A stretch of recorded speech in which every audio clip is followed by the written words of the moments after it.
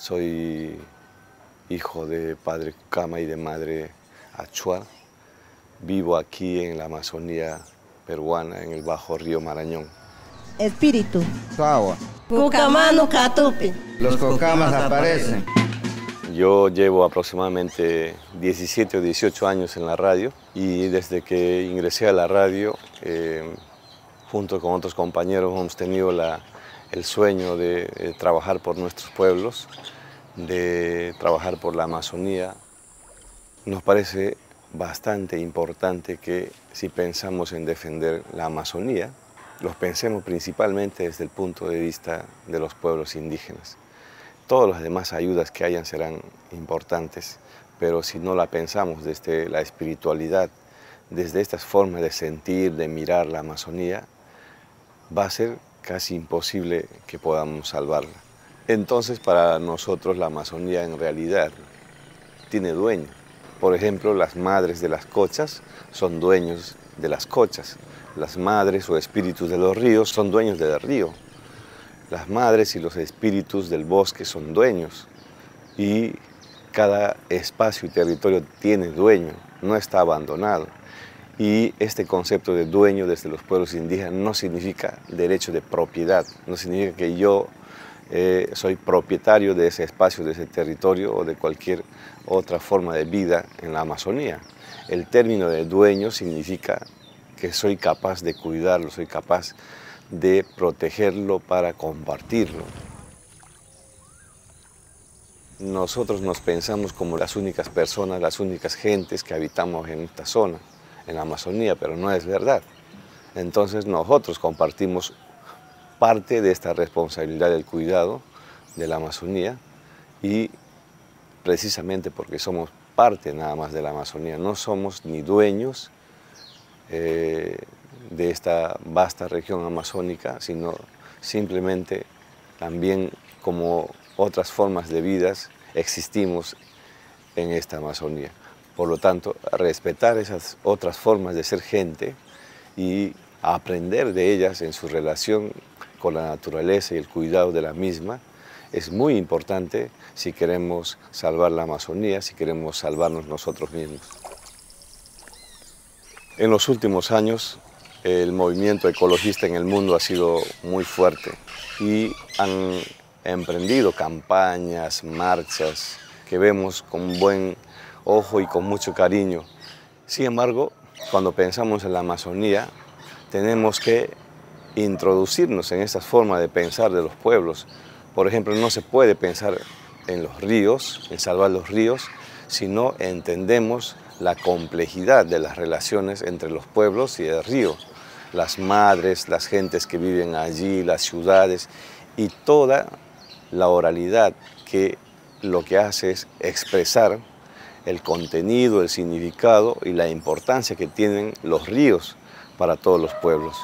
Si los ecologistas se meten a entender, a sentir y a vivir de esta forma, o por lo menos hicieran un intento de acercarse a estas formas de vivir y de pensar, ayudarían muchísimo en favor de la Amazonía y de cualquier otro espacio que queramos cuidar y proteger. Una de las actividades más destructivas en la Amazonía ha sido el extractivismo. Desde 1970-71 se empezó en la Amazonía de Perú a explotar petróleo. Desde entonces ha habido desastres ecológicos, derrames de petróleo permanentes. Hasta este mismo año ha habido derrames de petróleo. Y entonces es una actividad que ha envenenado nuestros ríos, que ha envenenado nuestros bosques por donde pasa, por ejemplo, el oleoducto norperuano, que atraviesa el territorio de la Amazonía, la sierra, hasta llegar a la costa. Entonces, todos estos lugares son lugares que no tienen mantenimiento, por lo tanto, los tubos que conducen el crudo, el petróleo, se han corroído y muchos de ellos han explotado, se han roto por corrosión. Cuando se empieza recién a denunciar al Estado, entonces aparece un culpable y el culpable somos los pueblos, cuando el responsable de toda esta destrucción es la propia la propia empresa y también el Estado, que es cómplice de las empresas que ocultan todo tipo de desastres y daños a nuestra población. Hay cientos de niños, cientos de mujeres y hombres enfermos a causa de los derrames de petróleo y metales pesados en la sangre de la gente. Y esto nos preocupa muchísimo, dado que no hay respuestas a esta tragedia que estamos viviendo en la Amazonía. Muchas familias que viven en Europa probablemente están poniendo su dinero en empresas que operan aquí en la Amazonía, en América Latina y en Perú.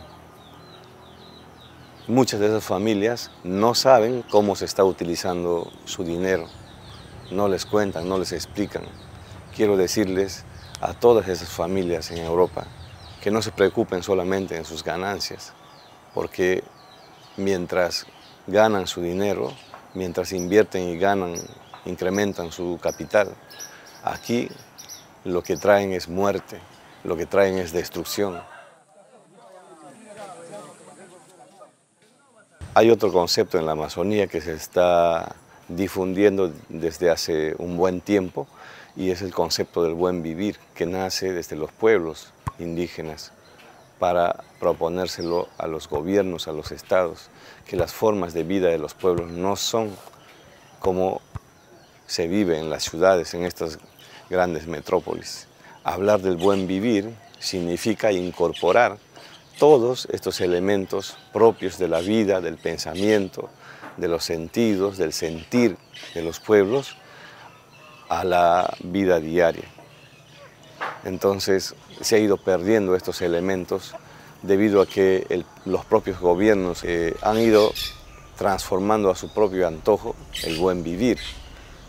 Por lo tanto, el buen vivir para muchos gobiernos, muchos estados se ha convertido en hacer obras en los territorios de los pueblos para beneficiar económicamente a los pueblos.